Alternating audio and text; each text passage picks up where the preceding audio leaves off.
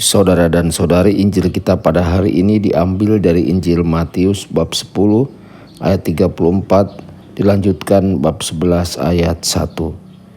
Pada suatu hari Yesus bersabda kepada ke-12 muridnya, "Janganlah kalian menyangka bahwa aku datang untuk membawa damai di atas bumi. Aku datang bukan untuk membawa damai, melainkan pedang. Sebab aku datang untuk memisahkan orang dari ayahnya, anak perempuan dari ibunya, menantu perempuan dari ibu mertuanya, dan musuh orang ialah seisi rumahnya. Barang siapa mengasihi bapa atau ibunya lebih daripadaku, ia tidak layak bagiku. Dan barang siapa mengasihi putranya atau putrinya lebih daripadaku, ia tidak layak bagiku. Barang siapa tidak memikul salibnya dan mengikuti aku, ia tidak layak bagiku. Barang siapa mempertahankan nyawanya, ia akan kehilangan nyawanya. Dan barang siapa kehilangan nyawanya demi aku, ia akan memperoleh kembali. Barang siapa menyambut kalian, ia menyambut aku. Dan barang siapa menyambut aku, ia menyambut dia yang mengutus aku. Barang siapa menyambut seorang nabi sebagai nabi, ia akan menerima upah nabi. Dan barang siapa menyambut seorang yang benar sebagai orang benar, ia akan menerima upah orang benar. Dan barang siapa memberi air sejuk secangkir saja kepada salah seorang yang kecil ini, karena ia muridku, aku berkata kepadamu, sungguh ia takkan kehilangan upahnya."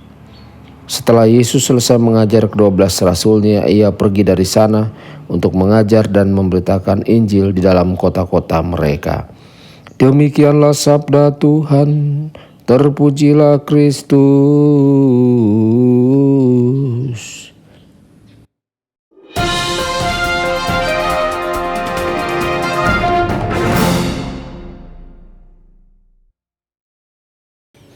Saudara dan saudari terkasih dimanapun Anda berada, jumpa lagi dengan saya Romo Tedens dalam saluran Warta Kabar Sukacita. Semoga Anda semua dimanapun berada senantiasa dalam keadaan sehat dan bahagia. Rasa puas diri dapat didefinisikan sebagai kepuasan diri yang disertai dengan ketidaksadaran akan bahaya atau kekurangan yang sebenarnya.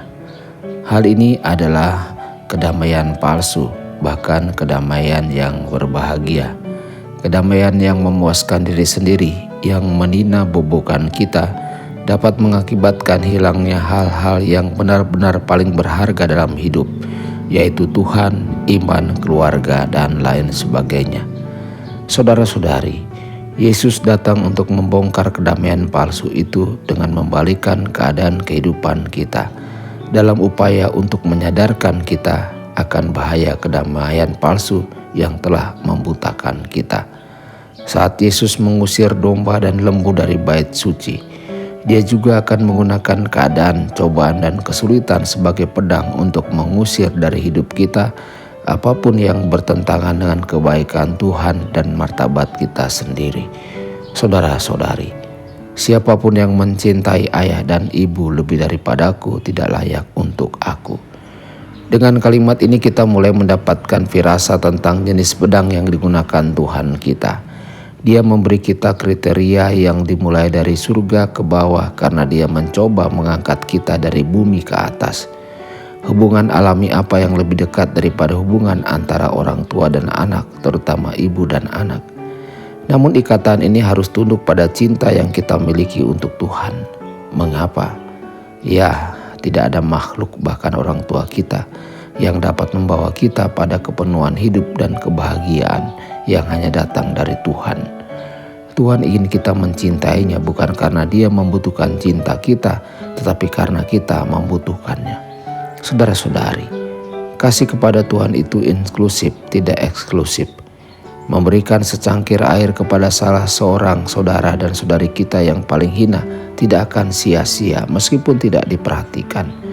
Dengan cara ini Yesus menunjukkan bahwa dia tidak memanggil kita untuk mencintai Allah dengan mengesampingkan orang lain. Standar mendahulukan Tuhan tidak mengecualikan cinta untuk ibu atau ayah, saudara perempuan atau laki-laki. Begitu kita mencintai Tuhan sebagaimana layaknya dia, kita akan belajar untuk mencintai orang lain sebagaimana mereka pantas mendapatkannya.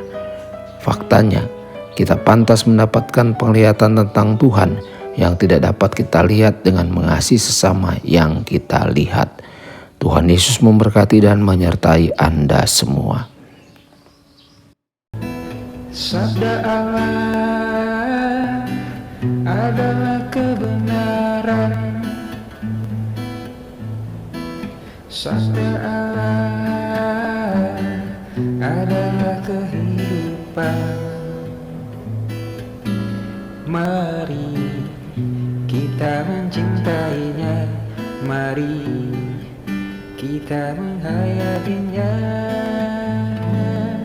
ya Tuhan.